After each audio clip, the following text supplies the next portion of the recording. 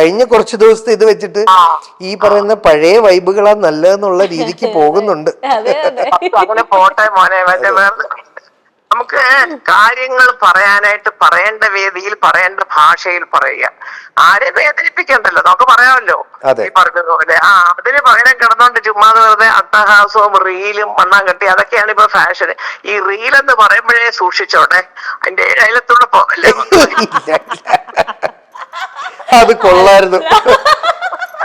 എന്തായാലും ശരി, എല്ലാ ഭാവങ്ങളും നേരുന്നു. അജു വർഗീസ് എന്ന കലാകാരൻ ഇവിടുത്തെ ഒരു ഒഴിച്ചുകൂടാനാവാത്ത ഘടകമായി മാറുമെന്നുള്ളത് ആന്റിക്ക് ഉറപ്പുണ്ട്, യാതൊരു സംശയം വേണ്ട. പിന്നെ ആ കൂട്ടുകാരൻ ധ്യാൻ എന്നാളെ പറയുന്നത് കേട്ടോ, ആന്റി ആ പടം കണ്ടോന്ന് സംശയമുണ്ടെന്ന്.